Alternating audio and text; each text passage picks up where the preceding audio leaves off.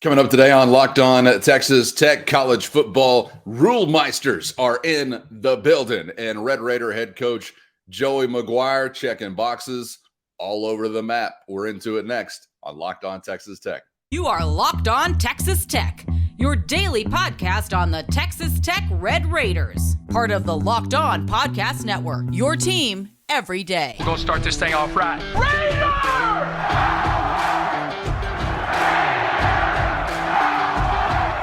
Everything runs through Lubbock.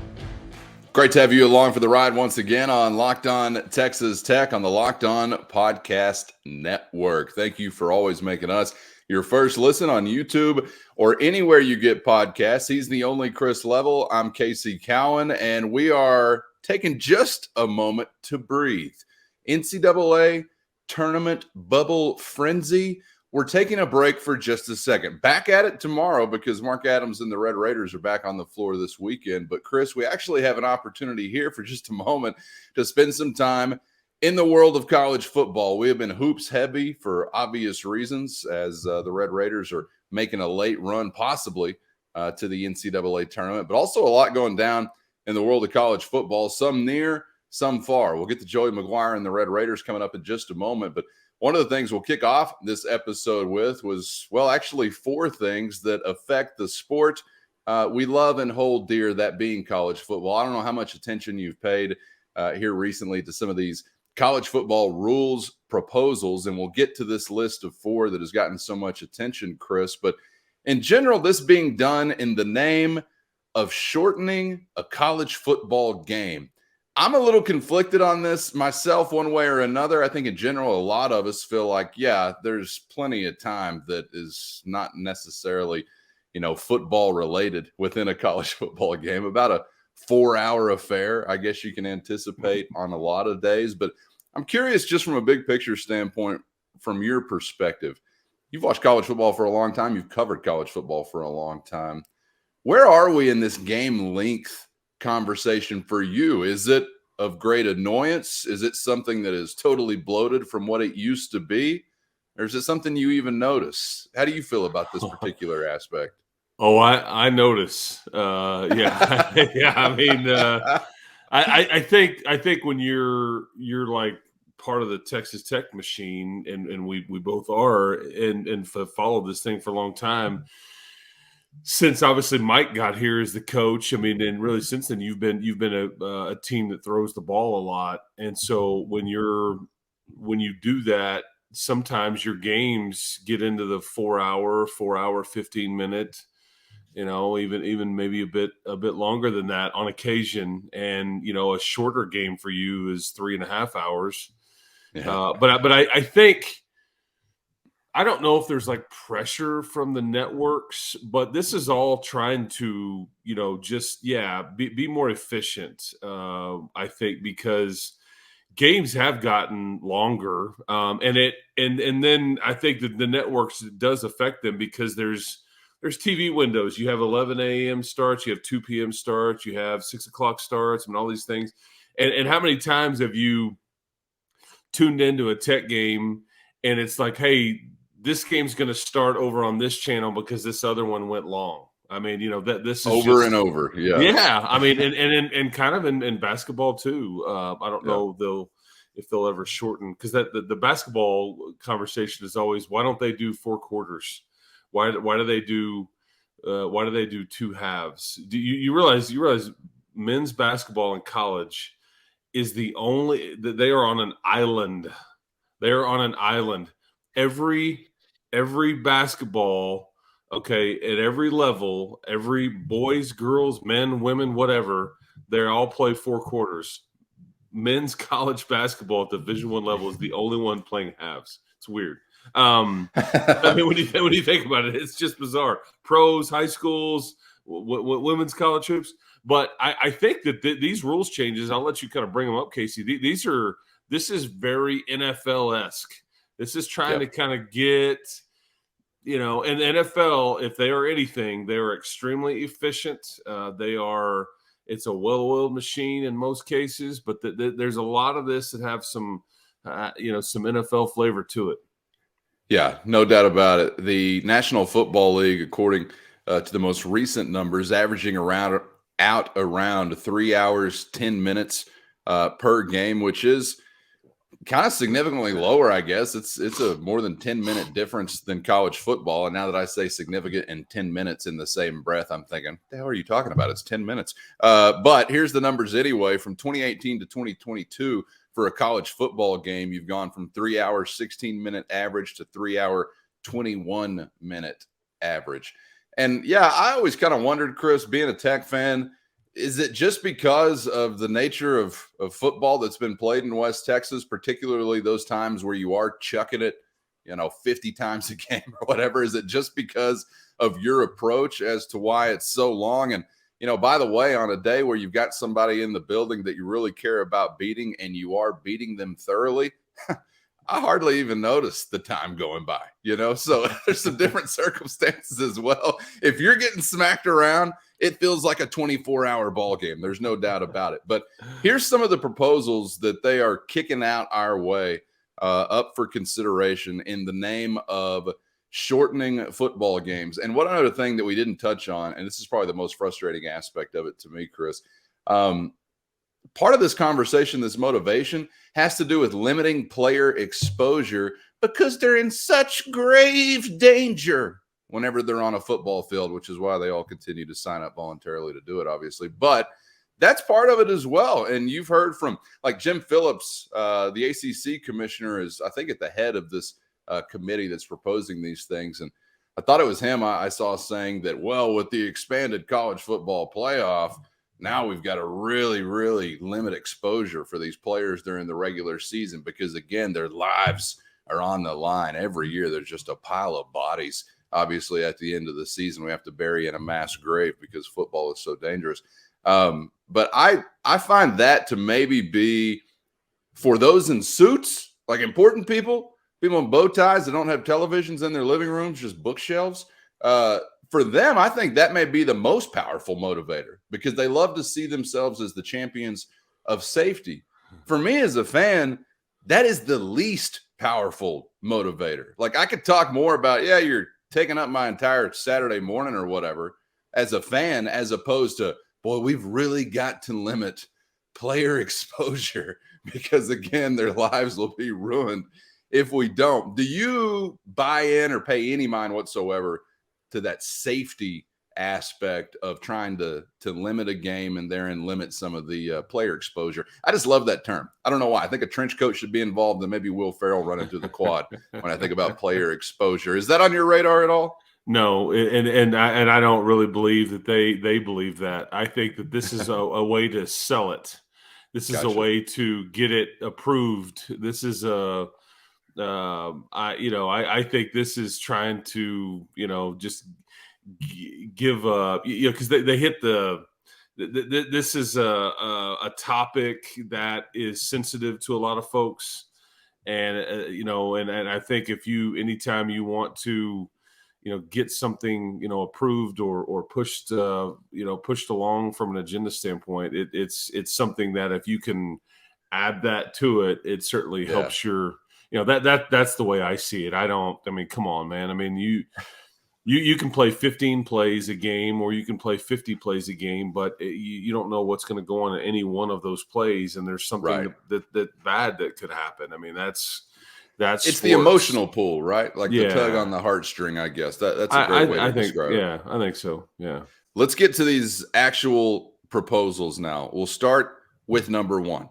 But first, today's episode brought to you by America's #1 sportsbook, FanDuel. And now's the perfect time to download FanDuel because new customers get a no-sweat first bet up to $1,000. That's bonus bets back if your first bet doesn't win. So just download the FanDuel Sportsbook app right now. It's safe, secure, super easy to use, and you can bet on everything from the money line to point scores, three-pointers, whatever you got. If basketball is your thing, college hoops on and popping, midway point of the NBA season now in the rear view, and we're looking ahead to March Madness just around the corner. So get in with FanDuel today. Download it right now and get hooked up as a new customer with the no-sweat first bet up to $1,000. FanDuel even lets you combine your bets for a chance at a bigger payout with that good old same game parlay.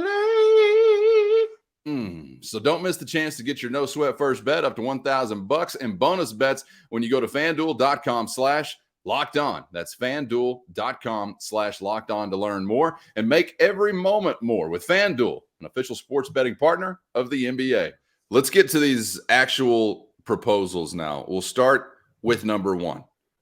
Prohibiting consecutive timeouts in a college football game. The example they give is like icing a kicker. So prohibiting consecutive timeouts. I don't really know when you get this outside of icing a kicker. Like, is there a moment where this is typically happening otherwise? Yeah, I doubt it. I think the NFL has a situation where you can only call one timeout per dead ball, time frame. So basically they have this rule that you can't call consecutive timeouts for any reason. But I do. Here's what bothers me about this. I get it, and it makes sense. Okay, but here's what bothers me. These are my timeouts, man, and don't put caveats on my timeouts. Like, I can use them however I want. If I have them saved. And I want to call 3 in a row to have like a mini meeting over here, and like, no, we need some time, folks. We need some time. We need to get our act together. If I want 5 to 7 consecutive minutes, and I want to huddle up, and we want to have breakout in offense, defense, whatever the heck, then these are my timeouts that I could use as I see fit. I do That's see right. I do see what they're saying though, because I like that. Yeah. Let's get some bumper stickers printed up at the Jones. My timeout's my choice. Keep your hands off my timeouts. That's right. I mean, if I have them saved and this is how I choose to use them, Yeah. I mean, but because you're not making any, and their point is you're not making any adjustments. You're just wasting 30 seconds to another minute where the kicker's out there swinging his leg and nobody's talking to him. And they're showing the coach with his hands on his knees and bending over, just like everybody's all clenched up. So I get it, but it just again, if you have them, I mean that they're yours to use, man. It's my timeout currency. I can spend it however I want. I like that perspective, and I like also we're getting a bunch of great new terms today: player exposure, timeout currency. Anybody got some timeout currency? Parents, kids, you got any timeout currency to work with? Yeah. I really was thinking like more in hoops where you got an inbounds play in the final minute or something, and they'll line up, and then boom, timeout.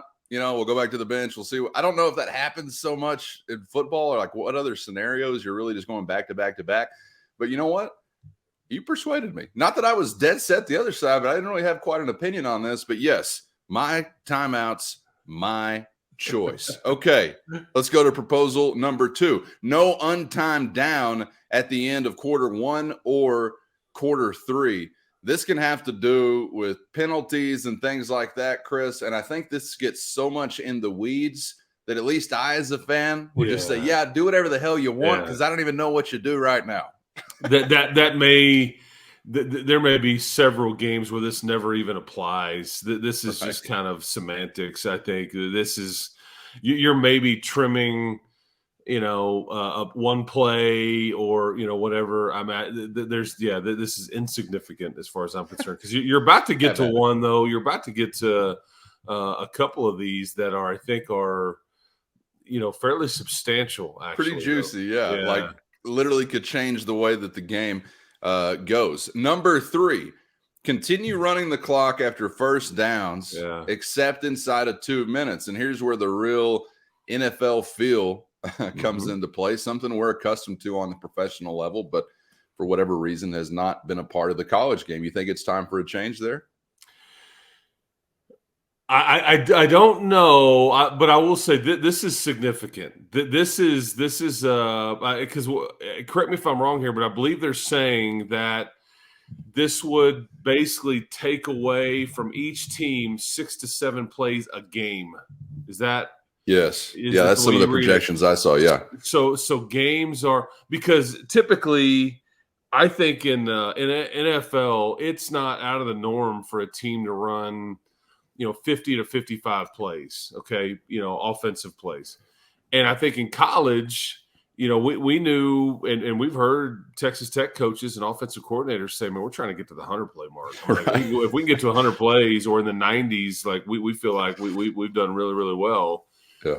So you're talking, okay, that's going to drop it to, upper 70s, mid 80s, somewhere around there, depending on, how you played that day. That's significant. And it is going to shorten games, by 10, 15, 20 minutes. I don't know. But that is, because see, here's where I'm coming at it from. You get a first down, the clock stops, all those things. So overall, if you have less plays in the game, it means less possessions potentially per game, and it makes your analytics or your fourth down goes even more important. Yes. There's more sway on how the game is going to be affected if there's fewer opportunities just to have the ball, the bottom line. And I will say, because I think a lot of the people are saying, because Casey, isn't the other one somewhat number 4, I'll give you number 4. Yeah. The clock will continue running once the ball is spotted after an incompletion. So the clock would only stop from the moment of incompletion to the moment of the spot. So incomplete pass, clock is still running once the ball has been spotted. Yeah, and these are both like hand in hand to me. Yeah.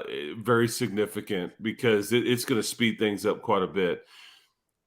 You are probably at an advantage in some ways because you have run offense like this for several years, no matter who the coach has been or the coordinator has been.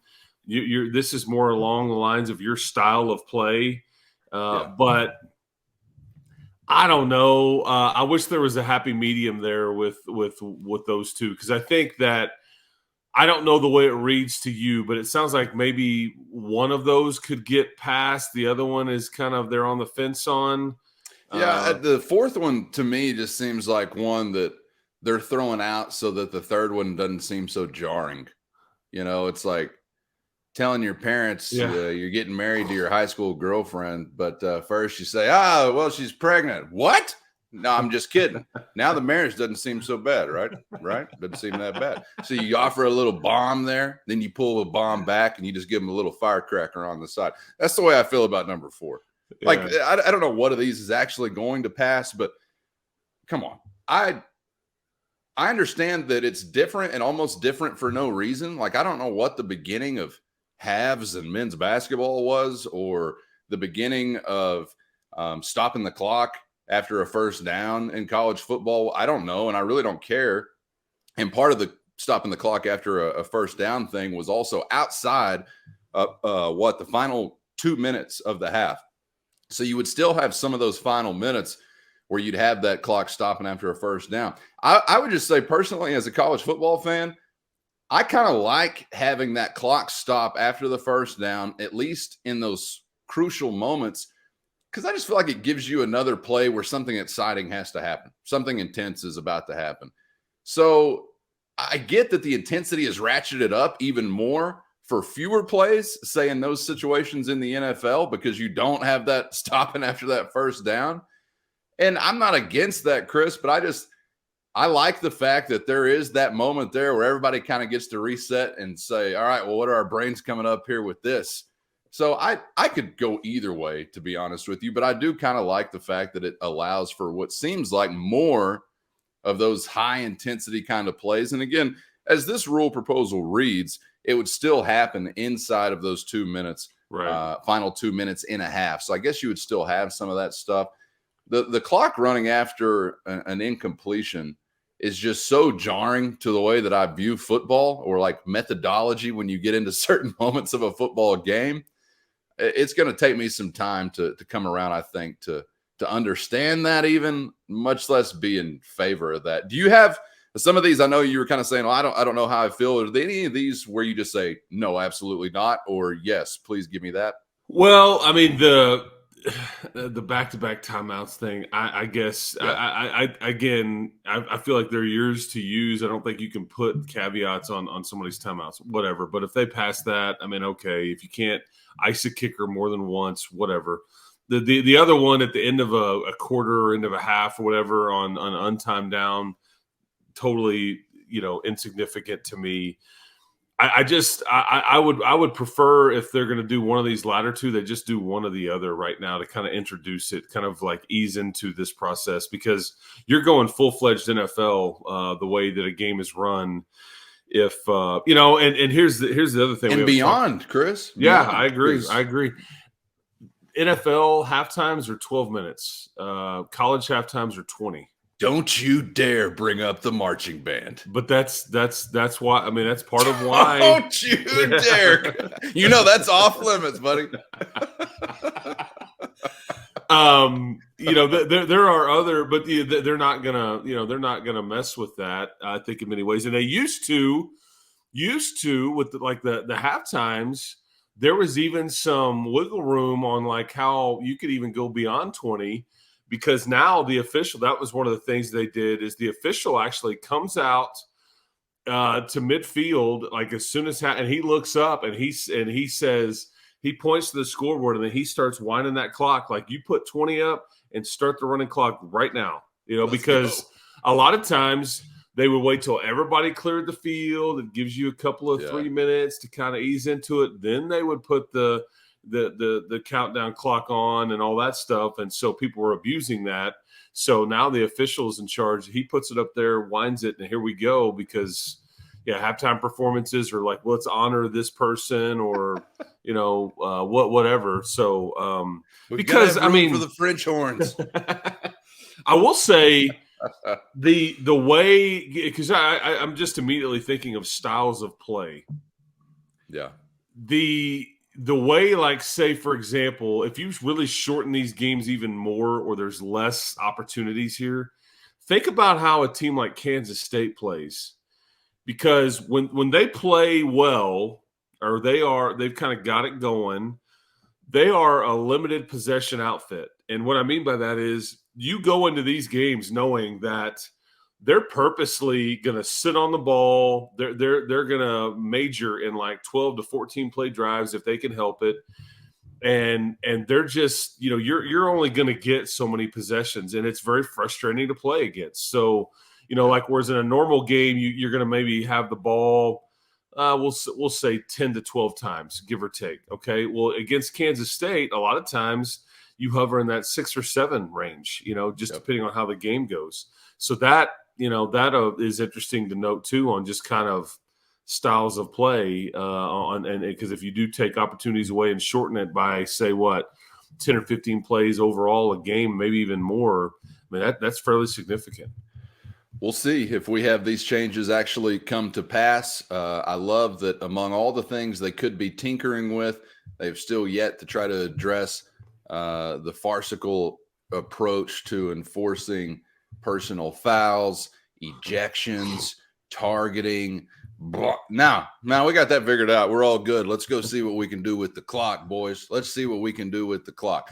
We'll see what happens with this and circle back around to digest it whenever it does come to pass, or not. But first, before we are out of here, we're going to get to Texas Tech football and the head coach, because the dude is on the move with his program, so much so that we've got to play a little game of where in the world is Joey McGuire? Higher.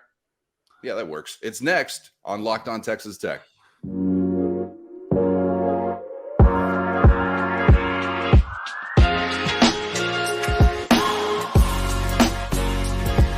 Great to be back with you on Locked On Texas Tech on the Locked On Podcast Network. I'm Casey Cowan with Chris Level. Thanks for making us your first listen on YouTube or anywhere you get podcasts. Coming to you from west of the 100th Meridian, where it's really going down. Back in the great state for Red Raider Hoops coming up this weekend, and join us tomorrow as we'll get you set for Texas Tech and Texas Christian, Red Raiders and Horned Frogs from United Supermarkets Arena, as they try to keep the good times going. But first, before we're out of here today, a college football pit stop locally, as Texas Tech, actually non-local right now. I've seen Coach McGuire, Chris, on the move here and there with his program or individually. I'm trying to think of all the things I've seen this dude show up within here in some recent weeks. I know he's been on campus, like speaking in classes, or like a sports media management class or something I saw him involved in, I think, last week. But also there's like There's some coaches clinics of some kind that have been going on here in Lubbock. I think I also saw they were in Odessa or in Midland or something like that here recently. Where is this guy? What are they doing? I know we got spring camp just around the corner, so it's almost back to buckle down football time. But it kind of seems like right now is, I don't know, maybe some outreach and marketing time for Texas Tech football. Am I describing it appropriately, or what's going down with the Red Raiders and Coach McGuire right now? Yeah, you are. This is kind of I don't know, phase one of your off season, if you will. Pre-spring, which you get. Look, there's some of his players that are either having surgeries from the season or rehabbing from or trying to get healthy. Yeah. You've got your new guys in, like lifting and getting used to their new strength conditioning program in college, or whether they were already in college or coming from high school.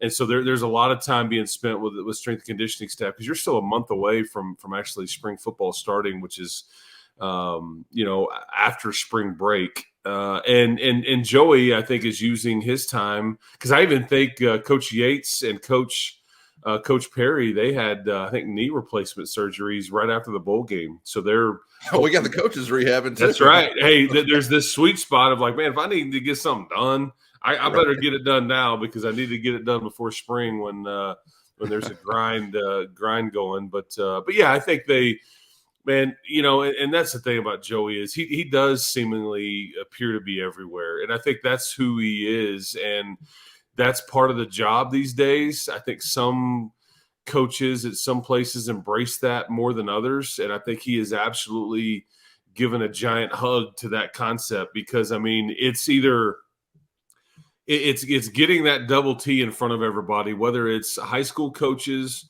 whether it's out on the road recruiting, whether it's calling donors or potential donors, I should say, which he does that every week. I think on the regular, which I think is something that nobody really sees, just trying to help the machine of Texas Tech football stay on the tracks and move down the tracks. But he is, man, and he's at – him or his wife are at all the Tech basketball games or Lady Raider games. I mean, he's just everywhere. Yeah. And it's extremely impressive because it can make you tired. You're like, where's the guy find all the energy, to be all things to all people? But that's who he is right now. And it's been fun to watch. And I think the people, everybody that he is around and all that, I think they've embraced it and love him for it. I mean, he was at a pancake breakfast festival. He was on stage at the Blue Light down in the depot when one of his guys was putting on a show. I mean, the dude is just he's out there, and he's so good in so many facets, Chris, that I don't want to limit it to just one, but I almost feel like it's not like the off season, really. I mean, I'm sure he's great on the sideline on Saturdays. I'm sure he's great as a recruiter whenever it comes to the athletes, but kind of like you're talking about there, the recruitment of just Red Raider fans, boosters, supporters, and re-recruitment of those fans, boosters, and supporters every year is kind of, I guess, the season that he's in right now. But thankfully, the energy levels would give you an indication he was made for this kind of thing. It's been kind of fun to watch him near and far with some Red Raider outreach. And also something else that's on the radar right now, the brand, the television show, the YouTube show. I'm not sure exactly what to call it, but it's called The Brand, right? We've got a couple of episodes out produced there by Texas Tech, give you a little bit of a peek behind the curtain. Kind of cool, and something that, man, I don't know, 10, 15 years ago was just a figment of everyone's imagination. But now Texas Tech and many others have these, in-house media departments and production teams and things like this, and come up with stuff from time to time that's really slick. And so far, I've enjoyed taking in a couple of these brand episodes.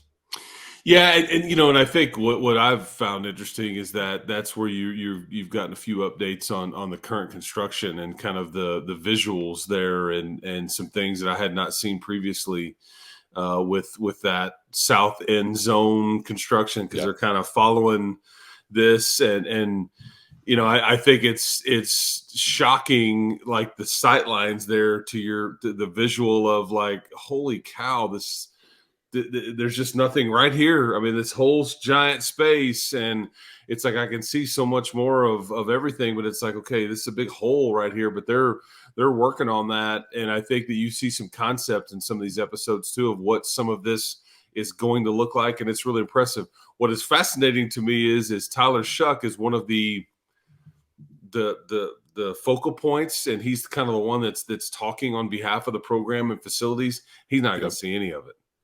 I mean, he's not. I mean, everything that all the conceptual stuff and all the this and that. I mean, he won't be around to enjoy any of it. So I think that I thought that was just ironic, if anything. But yeah. I mean, yeah, and what's next for Joey McGuire? I think he's actually, if I saw the schedule, read it correctly, headed out to the Alaskan wilderness to help the United States retrieve the unidentified aircraft that was shot down. So he's got a busy schedule, busy schedule. Hopefully he's got a warm winter parka, maybe something along the lines of Gore-Tex. A Gore-Tex jacket is what you need. Did I know I was going to get a chance to work in Gore-Tex to the show today? No, I did not. But I do know when that opportunity arrives, it's time to shut her down because it ain't going to get no better, Chris. Thanks for the time today.